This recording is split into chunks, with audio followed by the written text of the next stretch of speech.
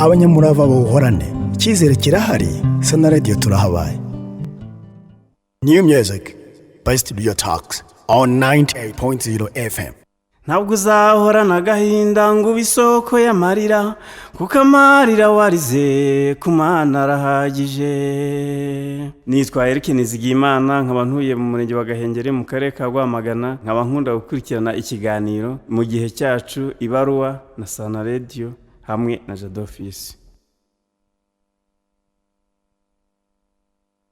Yerusalemu irimo gutakwa, abamarayika bariteguye kuzareba umugeni uzava mu isi. Nitwa Hakizimana Justin, nkaba ntuye mu karere ka Kamonyi, umurenge wa Runda, akagari ka Gihara. Nkunda gukurikirana ikiganiro mu gihe cyacu Ibaruwa na Sana Radio hamwe na Jado Office. Mandurera, mandurera, mandurera, mandurera. Nitwa Diane Nyirashimwe, abanturuka mu itsinda rya True Promises ndetse na Healing Worship Team. Nkaba nkunda kumva ikiganiro mu gihe cyacu Ibaruwa hamwe na Sana Radio hamwe na Jado Office. My name is Jafet Pro. Ndi umunyeshuri muri IPRC Kigali muri Digital Media Production. Nkaba nkunda kumva ikiganiro mu gihe cyacu Ibaruwa na Sana Radio hamwe na Jado Office.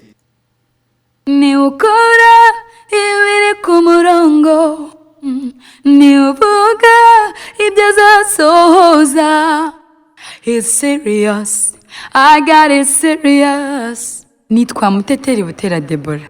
Nkunda gukurikirana ikiganiro mu gihe cyacu Ibaruwa na Sana Radio hamwe na Jado Office.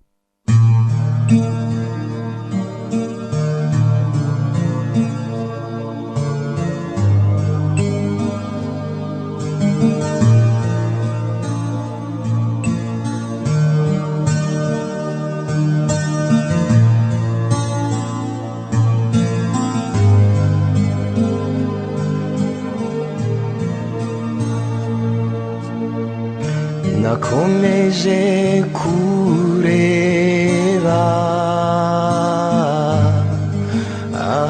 anzengurutse uko abantu babaho mu by'ubuzima bwo mw'isi, bamwe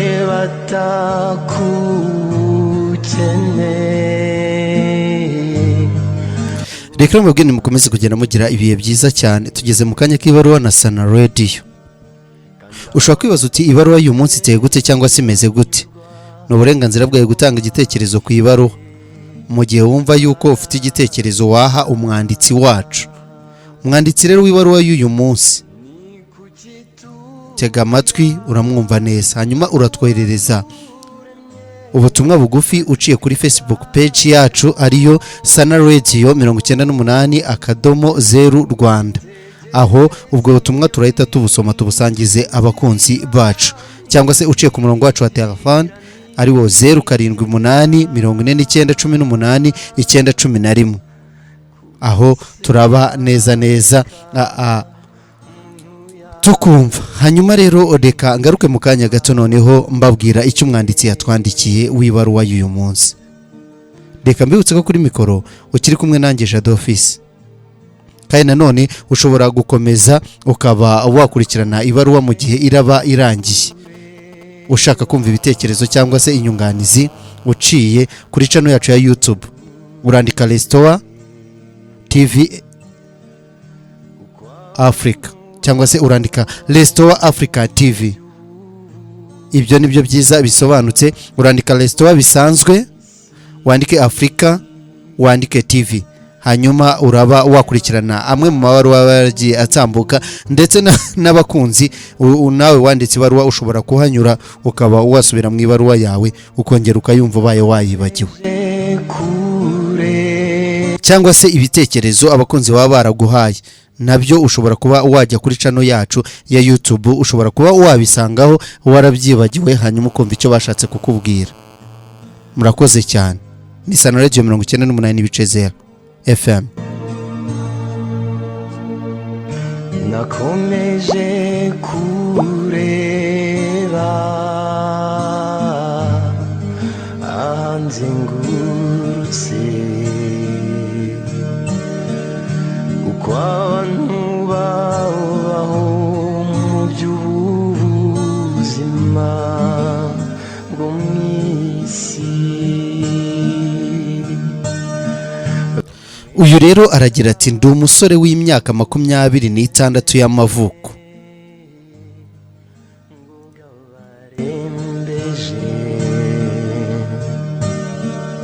kandi abakire ntibanyurwa n'ibyo bafite. Nakundanye n'umukobwa, uyu mukobwa ndamukunda cyane ku buryo niyo mubuze mba mukeneye, ariko hari icyo tutumvikanaho. Uyu ni umwe. Hanyuma rero uyu mukobwa iyo akeneye amafaranga cyangwa se yanyeneyeho ubushobozi, dore ko nta kazi afite, nibwo akenshi anyitaho akaba yanampamagara. Uko ansuye nyine muhereza ku mafaranga cyangwa se ibyo akeneye byose, nkaba nabirambura nkabimuha, ariko yongera kumpamagara ya mafaranga namuhaye yararangiye cyangwa iyo afite ikibazo. Ngewe umunsi ku munsi mubwira ko mukunda, guhera ku wa mbere kugeza ku cyumweru, ariko ashobora kumbwira ko nkunda iyo mbimusabye, cyangwa se iyo mbimubwiye ni sheri urankunda, nibwo abimbwira, ariko nkabigiramo amakenga. Ariko nge nabashe kuba namukunda mu buryo buhambaye. Hakaba hari undi rero dukundana nawe ngiye kubabwira uko ameze, muraza kumfasha uwo nahitamo kuba nabana nawe. Usibye yuko ngiye kubabwira nubwo afite ingeso nziza simukunda nka wa wundi.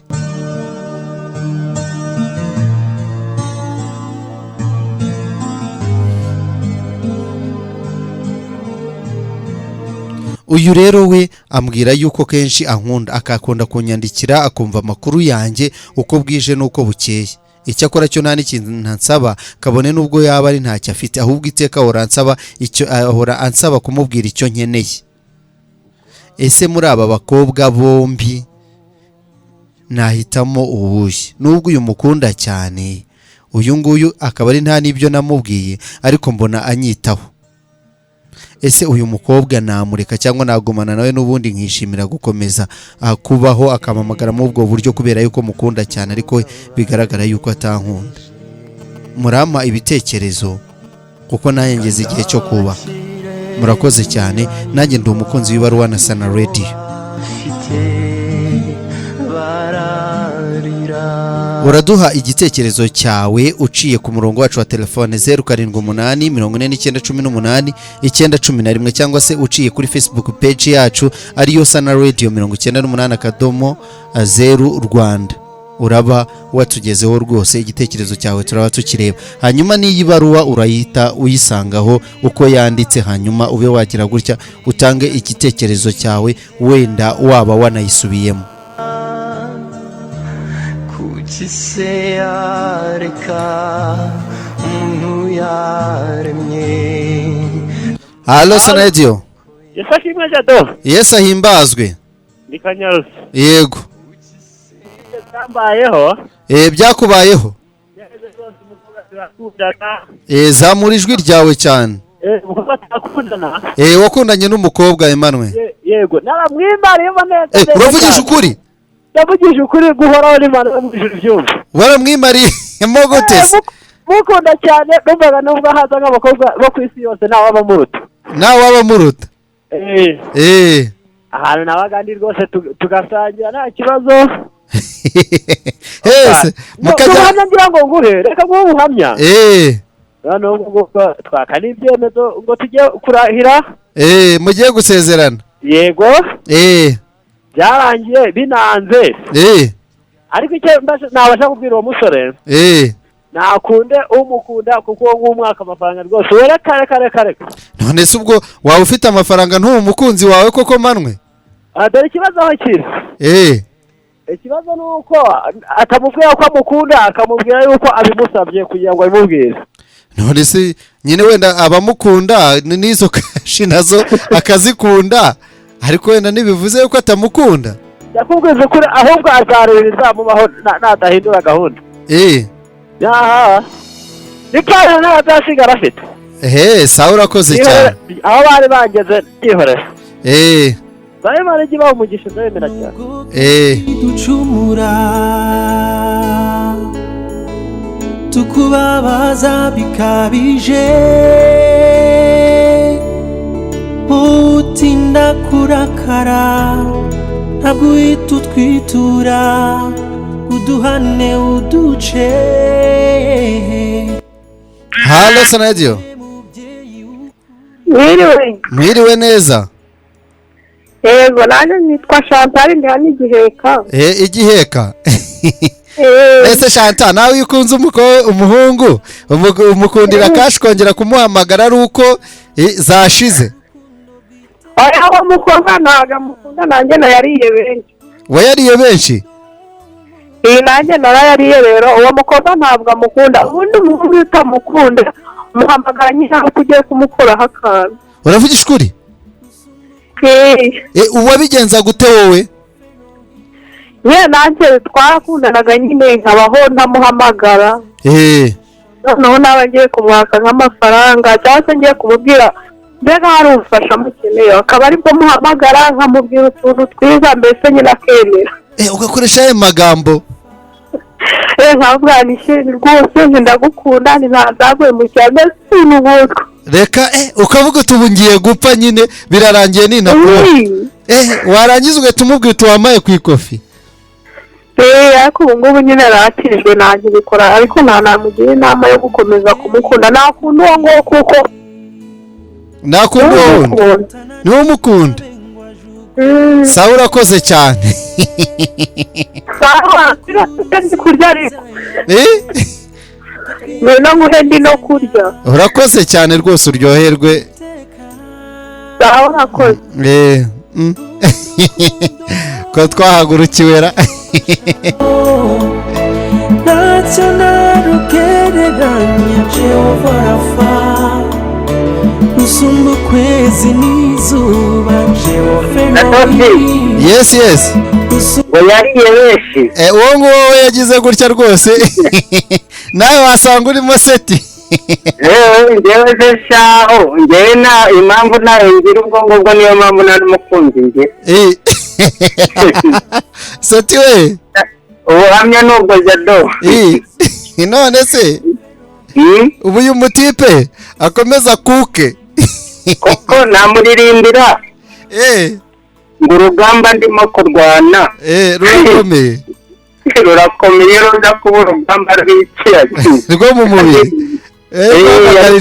Abavandimwe. Namugira inama kumbe y'umukunda. Kuko wakunda abandi. Yego urakoze cyane.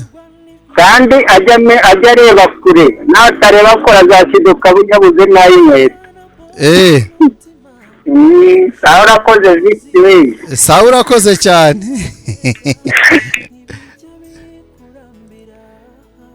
Sinzarambirwa nanjye kubivuga Jehova Rafa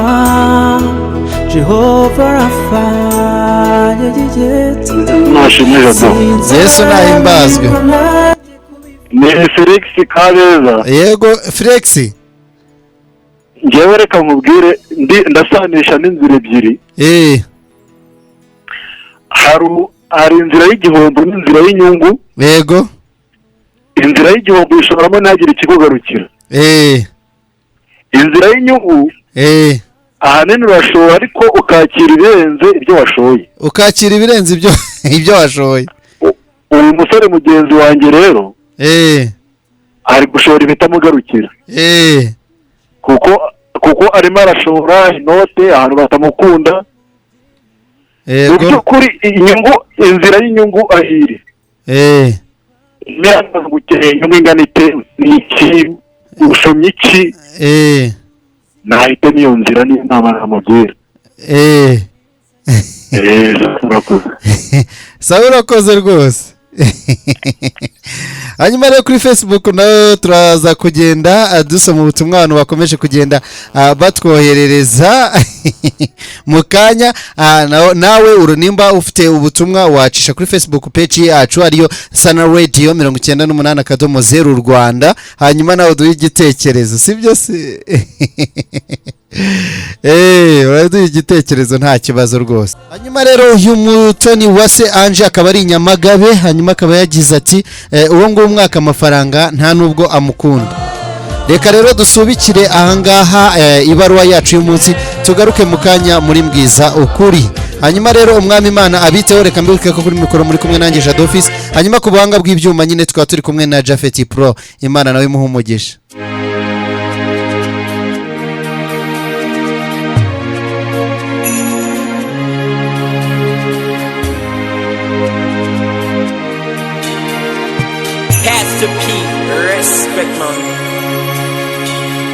Tuba ubuzima bw'indoto uko bukeye kumva byaba nuko hari itegurimo nkuko nanjye hari ikindimo, bigatuma dushakisha abajyana mu mwijima kuko hari icyizere cy'uko uzabona umucyo. Ntukajye uheranwa n'ibihe ahubwo ibiburyo bihorana, koresha imbaraga zawe uyu munsi ejo hazisobanura. Ubuzima ni burebure ntiwihebe, nizera ko mugihe nkigihumeka sinzigera mpinduka mu myumvire. Igihe kizasa ibindi bizahita, isi yose izamenya ikindimo nawe byakubera byiza, byakubera umugisha. Imana ubyemera ihindura amateka yawe y'ubuzima, nimba kandi ubwizera arakubera byiza, byakubera umugisha. Imana ubyemera ubwizera amateka yawe y'ubuzima, nimba kandi ubwizera. Nemera ko narimwe mu ishusho ya Data wa twese, simbona itandukaniro ryanjye nawe. Abantu ni kimwe, nta muntu kamara, nawe byakubera ko uzakabya inzozi. Ibiti ku bantu bavuga intege, haranira guhora uri imbere. Inyangamugayo mu bantu niryo shema ry'umugabo, kandi ntugatinye ahazaza kuko nahawe. Nizera ko mugihe nkigihumeka sinzigera mpinduka mu myumvire. Igihe kizaza ibindi bizahita, isi yose izamenya ikindimo nawe bya. Hanyuma rero ushobora kwibaza uti Mbwiza Ukuri uyu munsi iraba iteye gute cyangwa se iraba imeze gute? Hanyuma rero ngiye kuyigusangiza, nawe urahita umbwira Mbwiza Ukuri y'uyu munsi, cyane ko tuba dufite umwanya muto. Hanyuma kuri Facebook page yacu urahita utwandikira nyine uhite utubwira, urajya utubwira aho uherereye, hanyuma n'uduhamagara nawe aduhamagare. Mbwiza Ukuri rero uramutse ugize gutya ugakundwa n'umuntu ukurusha imyaka 20 agusaba urukundo ko mwabana, yaba umuhungu cyangwa se we muhungu umukobwa abikubwiye akurusha imyaka 20, ese mwabana? Uraza kuba rero umbwiza ukuri. Kabone nubwo afite imyaka 30 ariko ukurusha 20 akabikubwira, ese umbwiza ukuri mwabana koko? Mbwiza ukuri. Oui. Jado mezo. Meze neza. Anasinziriye. Wabyumvishije se? Ibaruwa yatumye nsinzira. Ngaho Mbwiza Ukuri rero. Rero ukuri kwanjye nuko mu nzozi kera n'ubundi byabaga bindimo. Uri kwanjye umuntu ndusha imyaka 20 ntago twashingirana. Kubera iki? Oya hongo aba ari umusaza. Gukunda cyane aguha kezo se koko ntago wabyemera. Kubera iki? Imyaka 20 ni myinshi cyane. Abaye afite ikofisi. Oya ikofi nta mbaraga yo kwikoresha se yabimaze. ariko waruzi ko ikofi nayo isaba imbaraga. Isaba kugira ngo umuntu afite imbaraga, none se gushakana no guhinga no kugira ngo waba uri kugendera ku kibando iyo kofi se ukayirya wicaye hasi. Ari ikibazo se mugashakana nyine. Oya.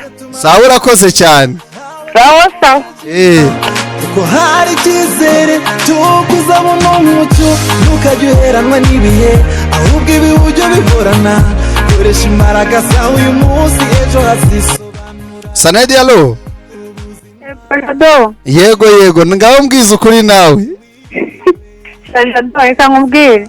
Mbwiza ukuri ntumbeshye ariko uranze ubwira amazina yawe. Ntabwo imyaka ariyo yubaka. Icyambere nanjye mukunda umva twara tukamera nka Kanyombya akora iki? Akora ubukwe umuntu kurusha imyaka 20 ntacyo byaba bigutwaye wowe.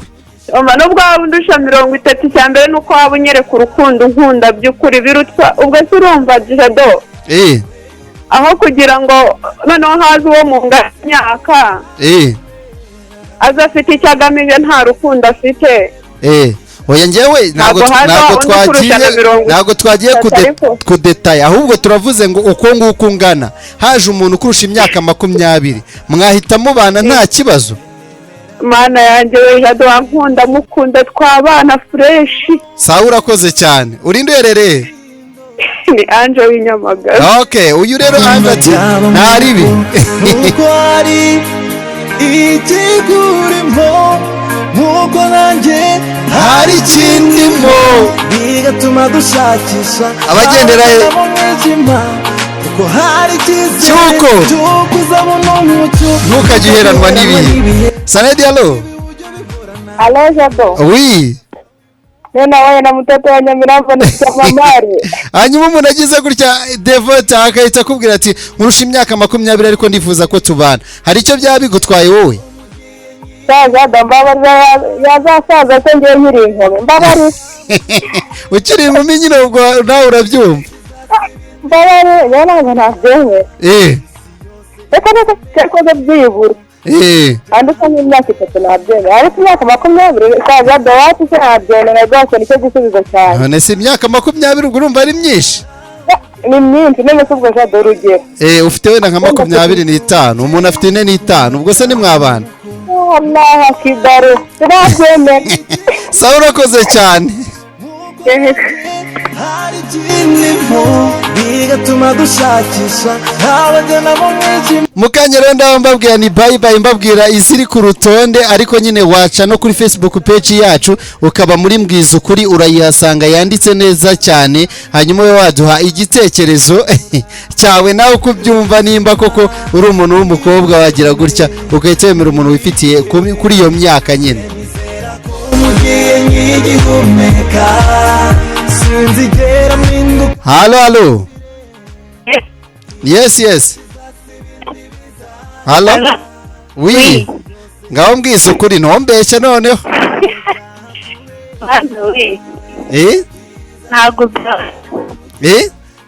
Ntabwo byakunda. Nziko. Ntabwo ndabetega nk'umfite ndumwa. Andeba.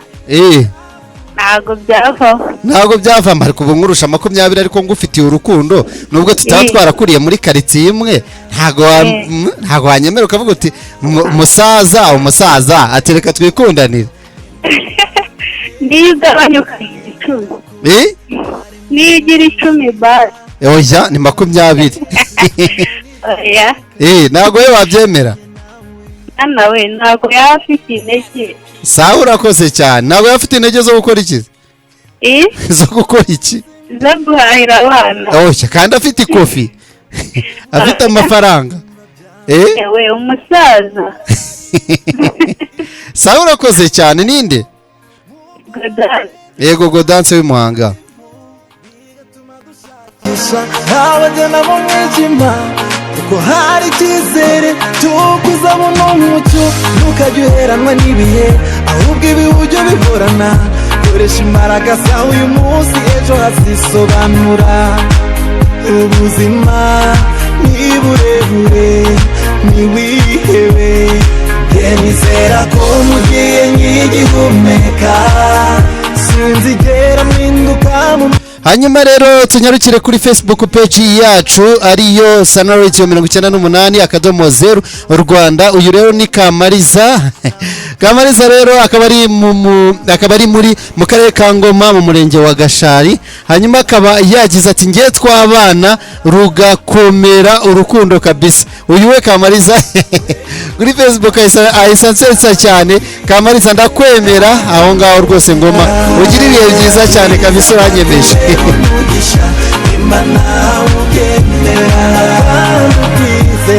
Halo. Uraho neza? Uwimana Charlotte. Yego Charlotte Uwimana uherereye? Ku Kamonyi. Hanyuma we uyu muntu mwabana? Bitewe n'urwo mukunda mwabana. Uravugisha ukuri? Bitewe n'urwo mukunda mwabana?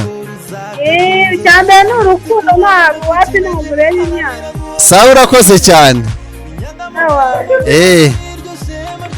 Hanyuma nyine reka turagaruka mu kanya tubanze twamamarize abadutumye tugaruke mu kanya gatoya cyane.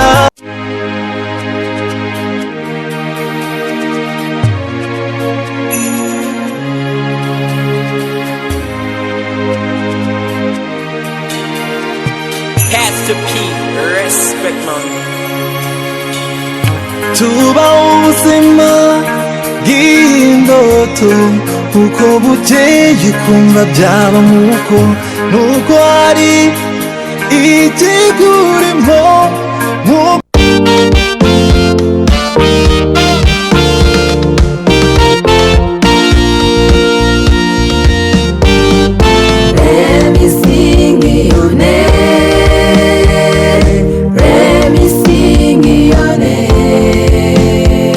Bati rero reka ndirimbe izina ryawe hanyuma ati let me sing your name. Hanyuma tugenekereje nyine mu rurimi rw'iwacu reka ndirimbe izina ryawe.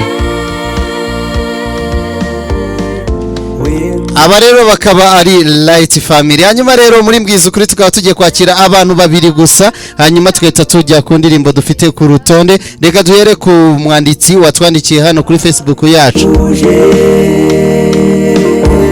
Reka muririmbe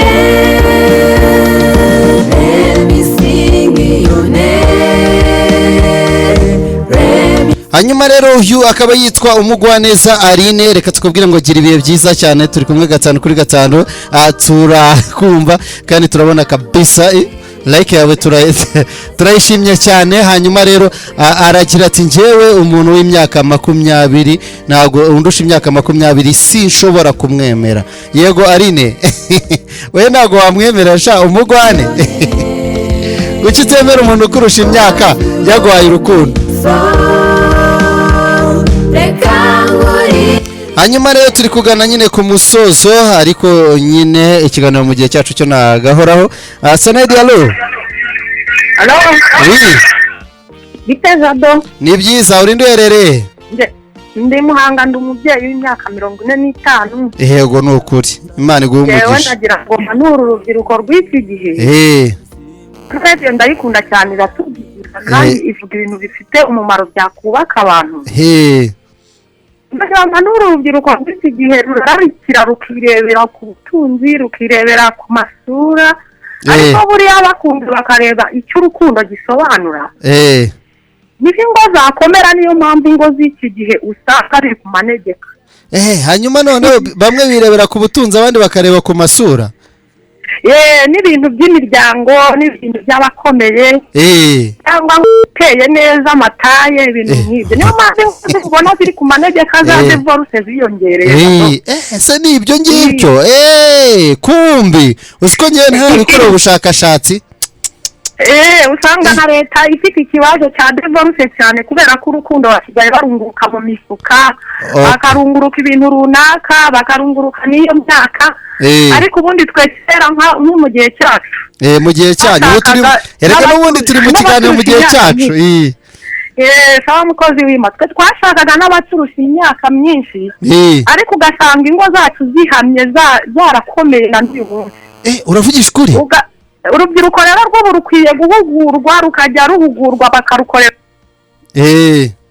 Aha, urakoze cyane uyu mubyeyi rwose, Imana iguha umugisha, wenda we niko ubibona. Hanyuma rero nyine mu gihe cyacu tuzaba tubyumva nyine mu mabaro agiye atandukanye no muri zambwiza ukuri, mu gihe cyacu yabimeze biti uri kumbwiza ukuri nyine. Hanyuma reka twakire n'uyu muntu ari we wanyuma ku murongo wacu wa telefone. Sanedi, allo? Allo. Oui. Kanyarusyo nahageze. Yego Emmanuel, ntabwo witwa Kanyarusyo, ne Emmanuel. Kanyarusyo niryo wakwitira ry'akazi. Hanyuma rero we washyingiranwa n'umuntu urusha imyaka ukurusha imyaka 20. Nabwo afite imodoka eshatu ntabwo twavugana. Reka. Wewe ko ni imodoka manwe. Twavugana. Sawa byiza bigakuzana umuntu ufuruta. Sawa urakoze cyane. Mu buryo bwose ubu bwose nta mpamvu. Yego urakoze cyane. Hanyuma rero Emmanuel ati nta mpamvu, reka rero mbashimire mwebwe mwese nyine. Hanyuma reka dusoreze hano mbwiza ukuri, hanyuma ngaruke nyine ku ndirimbo zigiye kuduherekeza. Iyi ndirimbo Let Me Sing Your Name ndaza kuba nyibasigiramo akabari ya Light. Hanyuma rero Light mugire ibihe byiza cyane.